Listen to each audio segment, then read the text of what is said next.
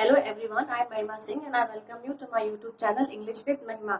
आज हम आपके सामने एक टेंस का नया सीक्वेंस लेकर आए हैं जिसको कहते हैं कंटिन्यूअस टेंसेस। ठीक है, तो कंटिन्यूअस एक ऐसा शब्द है जो अपने आप में आपको ये बता रहा है कंटिन्यूअस मतलब प्रोग्रेसिव, कंटिन्यूअस मतलब कंटिन्यू, कंटिन्यूअस मतलब कि एक वो काम जो लगातार चल रहा है, एक क्रम में चल रहा है, एक सीक्वेंस में चल रहा है, उसको हम लोग कंटिन्यूअस टेंसेस में लेकर आते हैं। आपके सामने मैंने ये हेल्पिंग वर्ब पहले से ही लिख दी है कि सबसे पहले सब्जेक्ट आता है प्लस हमारे पास तीन हेल्पिंग वर्ब्स होती हैं, is, am, are, plus verb की फर्स्ट फॉर्म में आईएनजी जोड़ देते हैं प्लस हमारा ऑब्जेक्ट। ठीक है, लेकिन केवल हेल्पिंग वर्ब याद कर लेने मात्र से हमारा सॉल्यूशन नहीं हो जाता है। केवल हेल्पिंग वर्ब याद कर लेने से हमें ये नहीं पता चल जा रहा है कि हम उसको कैसे यूज करेंगे, क्या करेंगे। ठीक है, तो मैंने इंडेफिनिट टेंस कराते समय आपको ये समझाया था कि किसी भी सेंटेंस का ट्रांसलेशन करते समय आपको ये देखना पड़ता है कि वो कौन सा टाइप ऑफ सेंटेंस है, आपको ये देखना पड़ता है कि वो कौन सा टाइप ऑफ सब्जेक्ट है, वो कौन सा टाइप ऑफ टेंस है। ठीक है, तो इसी बेसिस पे जो मैंने आपके सामने रूल्स लिखे थे प्रेजेंट कंटिन्यूअस टेंस के, उनको हम डिवाइड कर लेते हैं कि आखिर is, am, are, ING form इनको प्रॉपरली कैसे यूज करना है। ठीक है, तो ये देखिए कि जब हम लोग किसी भी टेंस को कर रहे होते हैं, ट्रांसलेशन का काम करना हम शुरू करते हैं, तो उस समय आपको क्या करना होता है कि सेंटेंसेस को चार प्रकार से ट्रांसलेट किया जाता है। राइट, तो उन चारों के नाम हमने आपके सामने रख दिए हैं। नंबर 1 पे आता है अफर्मेटिव सेंटेंस, नंबर 2 पे आपका आ गया नेगेटिव सेंटेंस, नंबर 3 पे आ गया आपका इंट्रोगेटिव सेंटेंस, और नंबर 4 पे जो ट्रांसलेट आप करेंगे वो है इंट्रोगेटिव नेगेटिव। इंट्रोगेटिव नेगेटिव ये आपको अपने आप ही बता रहा है कि ये इंट्रोगेटिव और नेगेटिव दोनों से मिलकर बना। ठीक, यानी कि इसमें आपको क्वेश्चन मार्क भी यूज करना है और सेंटेंस के बीच में आपको नॉट का इस्तेमाल भी करना है। ठीक है, तो इन चार सेंटेंसेस के बेस पे हम ट्रांसलेशन सीखेंगे।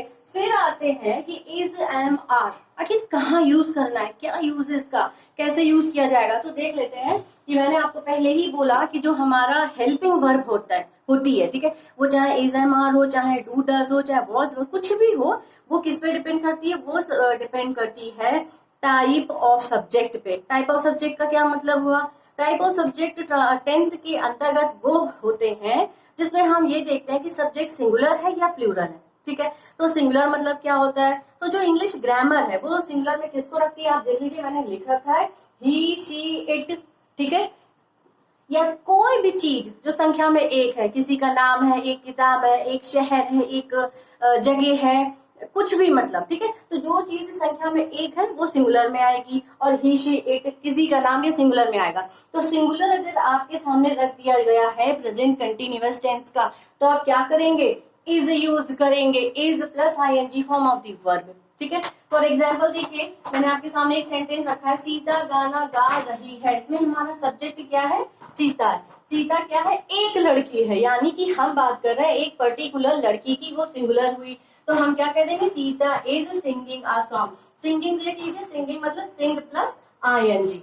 ठीक है, तो सीता हमारा सब्जेक्ट है जो कि सिंगुलर है, इसलिए इज लग गया। सिंगिंग हमें लगाना ही है, सिंग यानी फर्स्ट फॉर्म, उसमें आईएनजी जोड़ दिया प्लस हमारा ऑब्जेक्ट। ठीक है, तो सिंगुलर जो हमारा सब्जेक्ट सिंगुलर होता है उसका रूल यहाँ पे खत्म होता है कि आपको कंटिन्यूअस प्रेजेंट कंटिन्यूअस टेंस के सिंगुलर सब्जेक्ट के साथ is plus ING form of the verb use करनी है। ठीक है, इसी तरह प्लूरल का देख लेते हैं। प्लूरल में क्या क्या आता है ग्रामर में, देख लीजिए मैंने ऑलरेडी लिख रखा है। वैसे तो आई भी आता है, लेकिन चूंकि हमारे पास helping verb is, am, are है, तो आज जो कंटिन्यूअस टेंस है यानी जो प्रेजेंट कंटिन्यूअस टेंस है उसमें आई के साथ एम ही लगेगा, इसलिए आज हमने यहाँ पर प्लूरल के साथ आई नहीं लिखा हुआ है, अदरवाइज आई को हमेशा प्लूरल में कंसीडर किया जाता है। ठीक है, तो देखिए प्लूरल में आपका क्या आएगा, वी, यू, दे, या कोई ग्रुप या कोई भी चीज जो संख्या में एक से ज्यादा है। फॉर एग्जाम्पल ये देखिए आपका आर हो जाएगा, आपकी हेल्पिंग वर्ब हो जाएगी। ठीक है, अब एग्जाम्पल देखिए, वे गाना गा रहे हैं। अब आप मुझे ये बताइए कि अगर हम कहें कि वे गाना गा रहे हैं, तो इसका ट्रांसलेशन आप कैसे करेंगे। ठीक है, वे मतलब दे मतलब हो गया आपका प्लूरल, तो आप ये कर सकते हैं, they are singing a song.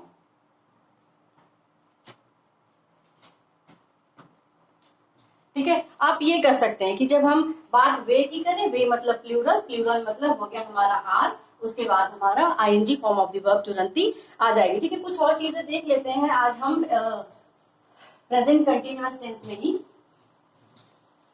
देखिए एक चीज हम आपको और बता दें कि जो प्रेजेंट कंटिन्यूअस होता है इसको इम्परफेक्ट भी कहा जाता है, ठीक है। अब इम्परफेक्ट या प्रोग्रेसिव टेंस भी कहा जाता है। तो प्रोग्रेसिव तो आप समझ गए, ठीक है, लेकिन इम्परफेक्ट क्या होता है? इम्परफेक्ट दो शब्दों से बना, सॉरी, इम प्लस परफेक्ट, ठीक है, यानी कि ये परफेक्ट का उल्टा हुआ, यानी कि जो चीजें परफेक्ट नहीं है, त्रुटिपूर्ण है, मतलब कुछ उसमें खामियां हैं, कुछ गलतियां हैं। फॉर एग्जाम्पल देखिए, अगर हम कहते हैं कि this is a very imperfect,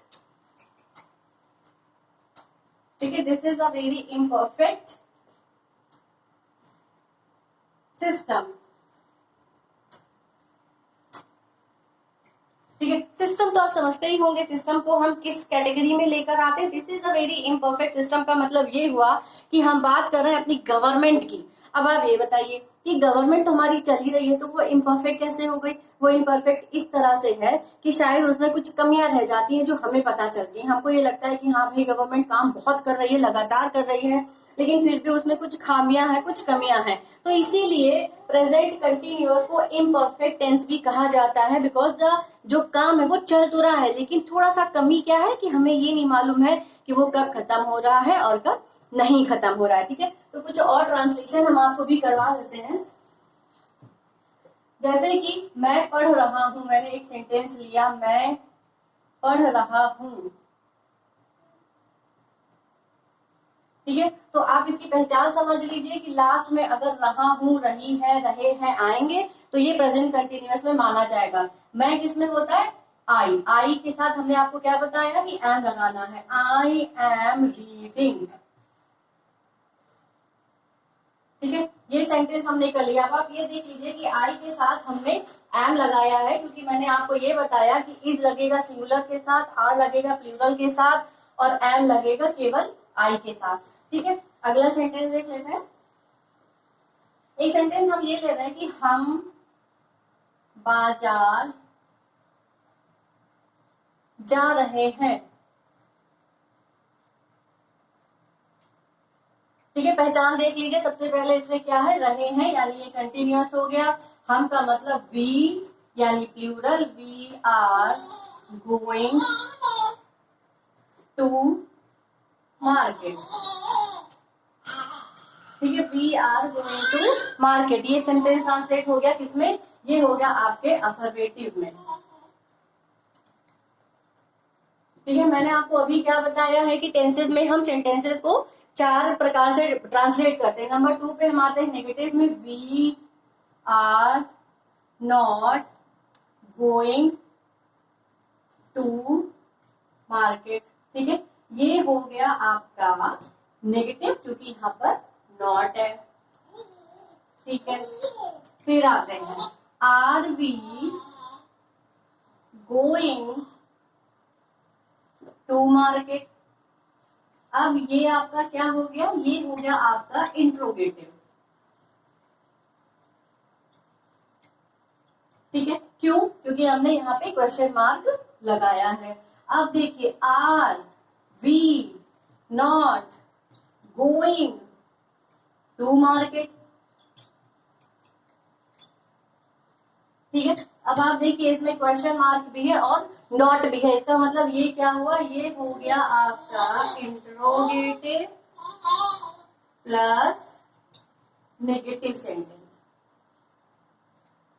ठीक है। अभी हमने आपको पढ़ाते समय ये बताया था कि जब कभी हम लोग टेंसेस पढ़ रहे होते हैं, उस समय एक ही सेंटेंस को हमें 4 और सेंटेंसेस में डिवाइड करना होता है, जैसे कि अफर्मेटिव में, फिर हम आते हैं नेगेटिव में, फिर हम आते हैं इंट्रोगेटिव में, फिर हम आते हैं इंट्रोगेटिव नेगेटिव में, ठीक है। अब हम आपके सामने कुछ और सेंटेंस रख रहे हैं। ये देखिए, आपको दे देते हैं सेंटेंस, सरला गा रही है, ठीक है, पहला। दूसरा हो गया तुम लिख रहे हो, ठीक है। तीसरा हम गा रहे हैं, ठीक है। चौथा वर्षा हो रही है, ठीक है। और पांचवा हो गया आपका छात्र लड़ रहे हैं, ठीक है। ये हो गया आपका होमवर्क, ठीक है। ये 5 सेंटेंसेस हमने आपको दिए। इन 5 सेंटेंसेस को आपको क्या करना है, हर एक सेंटेंस को, यानी सरला गा रही है, इसको पहले affirmative, negative, interrogative, interrogative, negative, यानी 4 टाइप। यानी हमने आपको कितना होमवर्क दिया, 20 सेंटेंसेस का, ठीक है। यहाँ पे आज हम अपना वीडियो खत्म कर रहे हैं क्योंकि प्रेजेंट कंटिन्यूअस खत्म हुआ। आपका ये होमवर्क है, आप इन्हें नोट कर ले कि आपको हर एक सेंटेंस को इन 4 कैटेगरीज में ट्रांसलेट करके रखना है। हमको कमेंट बॉक्स में बताना है, कोई प्रॉब्लम होती है तो पूछना है। अगर आपको नहीं समझ में आता है तो आप वो भी बता सकते हैं, ताकि हम कुछ चेंज अपने पढ़ाने के तरीके में भी ले आए, ठीक है। तब तक के लिए गुड बाय एंड बाय। बस क्या करना है, आपको अपने फिंगर टिप पे याद रखना है कि प्रेजेंट कंटिन्यूअस टेंसेस में हमारे पास जो हेल्पिंग वर्ब होती है वो होती है is, am, are plus ING form of the verb. और कंटिन्यूअस मतलब जो काम लगातार हो रहा है, प्रेजेंट मतलब वर्तमान, यानी वर्तमान समय में जो काम लगातार हो रहा है वो प्रेजेंट कंटिन्यूअस होता है। ओके, आप नोट कर लीजिए और तब तक के लिए हमको बाय। मेरे चैनल को आप देखिए, लाइक करिए और सब्सक्राइब भी करिए, सजेशंस भी दीजिए, कमेंट्स भी दीजिए। ओके।